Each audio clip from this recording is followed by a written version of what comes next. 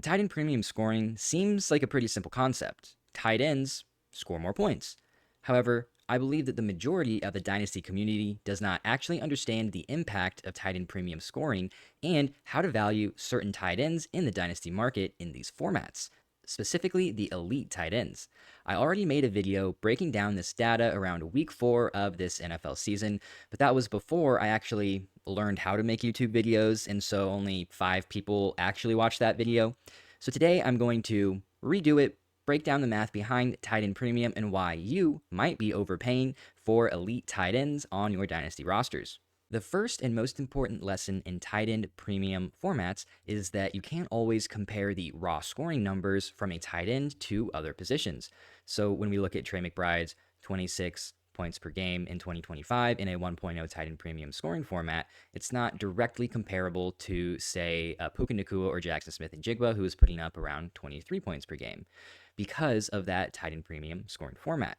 The elite tight ends are going to always slot into the highest available roster spot that they can. Conceptually, the vast majority of the time, it's going to be those elite tight ends in the tight end spot, and so they are only being matched up against other tight ends who are also receiving those bonuses.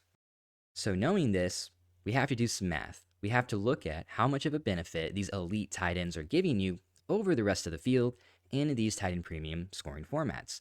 And so I will have this Excel sheet, all the calculations, everything down in the description if you want to check that out on your own time. But I'm going to run through the data a little bit quicker.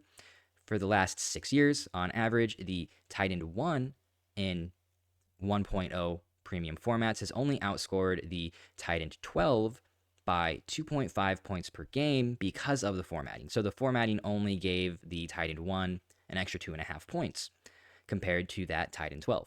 0.5 tight end premium format, again, comparing to the tight end 12, the difference is roughly half. So 1.25 point per game difference from the tight end 1 to the tight end 12. And then even looking further down in 1.0 tight end premium scoring formats, the tight end 1 over the last 6 years only outscored the tight end 18 by 3.4 points per game based on that additional scoring from the premium formatting. And so, of course, the tight end 1 historically significantly outproduced the tight end 12 and tight end 18, but the vast majority of that difference in production actually came from the base PPR scoring of these tight ends. And so when we want to think about and conceptualize how many points Trey McBride scored relative to other positions, the rest of the field, then instead of taking the 26 points per game in, say, a 1.0 format, you would add on that differential to either the tight end 12 or the tight end 18 and add that onto his base PPR scoring. It makes much more sense to compare that differential plus his PPR base scoring, which would be about 21 to 22 points per game, instead of thinking about it like 26 points per game. Now that we understand that the raw fantasy points that you might see on a stat line in these tight end premium formats doesn't quite tell the entire story about the impact that these tight ends have in your lineup, there are some other issues that also, I believe, should be weighing down the price of some of these elite tight ends. And first up is the variability of tight end scoring. And so if we go back over the last 6 years, in 2020, we see that the difference-making tight ends at the position were Travis Kelce, Darren Waller, and George Kittle. Next up, 2021, the difference makers were Mark Andrews and Travis Kelce. 2022, we have Travis Kelce alone as a difference maker. And then in 2023, we actually have no tight ends being real difference makers at the position because we have Kelce and Hawkinson at 14.8 and 14.7. But then we have a bunch of guys that scored in the high 13s. We have a bunch of guys that also scored in the high 12s. And so in 2023, there actually wasn't any specific difference maker at the tight end position. And then 2024, we have George Kittle, Brock Bowers, and Trey McBride all in the 15 points per game, and then a 2-point drop to the next tier of tight ends. In 2025, we had Trey McBride being that difference maker, setting himself apart from the rest of the tight ends. But then we also had, in points per game standpoint, Brock Bowers, George Kittle, and Tucker Kraft setting themselves apart from the rest of the field below him. And so in a different season, Brock Bowers, George Kittle, and Tucker Kraft, with their scoring, could have been difference makers at the position. However, we did have Trey McBride putting up an incredible tight end season. And what this shows us is that over the last 6 years, outside of Travis Kelce, there really was no consistency at who was a difference maker at the tight end position. We had George Kittle popping up a few times, Trey McBride and Brock Bowers being difference makers these last 2 years compared to the rest of the field. But in general, there is very little consistency on who is a difference maker at the tight end position. And that's because the tight end position is simply situation dependent. And so we have certain tight ends who find themselves in particularly favorable positions at some point in time, and then their scoring gets a huge bump. And we saw that even this season when, for one reason or another, certain tight ends popped off and were hyper productive, if not for the whole season, for shorter periods of time. We had Jake Ferguson when CeeDee Lamb went down, and he was just getting a ton of these short yardage targets.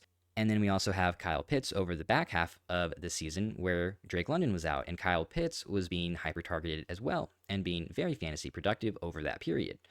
However, we again see that when the situation changed for these two, whenever there was CeeDee Lamb in the offense, whenever there was a Drake London in the offense, they weren't hyper productive and they went back down to very replaceable level producers at the tight end position. So when we think about it and we're valuing these tight ends, we have to realize that even if you have one of the most talented tight ends in the league who is in a favorable situation, you're still not guaranteed to get this difference-making production from your high-end tight end every single year, right? Travis Kelce was the most consistent, being the top receiving option for the Kansas City Chiefs for a very long time.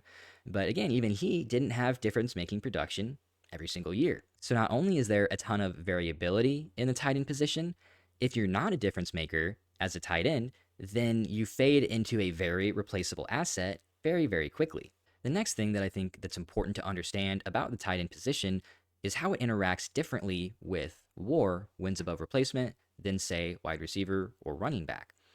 And so first, let's just understand how WAR is calculated. You take the number of players at a position in the league that have to be started every single week. So in a league where you're starting 2 wide receivers, you would take in a 12-team league, you would take 24 wide receivers, the top 24, and kind of set them apart. Then you take the next 12 wide receivers, the next 1 wide receiver for every team in the league, right? And this is all hypothetical. We're not actually going through people's teams or anything. It's like a bulk calculation. So you would take the wide receiver in that format, 25 through 36, average out their production, and then that is your hypothetical replacement player that you compare player X, whoever you want to compare, against replacement. However, when we're looking at tight ends, in most formats, you start 1 tight end every week. And so your replacement tight end would be tight end 13 through tight end 24, average that production, and that is your replacement tight end. However, with the tight end position, because of the way the scoring plateaus and there's a couple of difference makers every season, then maybe some more middling tight ends that are a difference from the rest of the field. But then even before you hit tight end 13, you usually have already sort of run into the beginning of that tight end production plateau. And so the tight end, the replacement tight end that you calculate using WAR is already into a very, very replaceable range of production at the tight end position. And so the replacement level tight end actually isn't much different than, say, even the tight end 28, the tight end 30 in terms of production. And so when we're looking at WAR, and you're trying to compare a tight end in terms of WAR, wins above replacement, and you take Trey McBride, what you're actually comparing Trey McBride to is a hypothetical player that is maybe minimally better than a super cheap tight end, an absolutely replacement level player. Whereas if we're looking at WAR in a different position like wide receiver or running back, the plateau doesn't necessarily happen the same way. There's still assets that matter in those like 25 to 36 numbers of wide receivers or running backs. So the wins above replacement at tight end is actually artificially inflated because of the way that the tight end position and the production plateaus out right around where that replacement player is. The next reason why the elite tight ends, the Brock Bowers and Trey McBride, in my opinion, should be shifting down boards is because the tight end position and the landscape as a whole has shifted in the 2025 season. In 2024, you had Trey McBride and Brock Bowers as those top 2 tight ends, unquestioned, and then you had 3 or 4 rounds before you ran into the next tight end that was drafted in Sam Laporta. And then you had another like 3 or 4 rounds oftentimes before you ran into the next tight end that was drafted off the board. And really, it was Trey McBride, Brock Bowers, and Sam Laporta as those at least mildly exciting younger tight ends. And then you had guys like George Kittle and Travis Kelce, who you could be confident in the production, but they are just more aging assets, and you don't know how much longer they are going to be productive for. So now, here in 2025, the tight end landscape looks completely different from a dynasty perspective.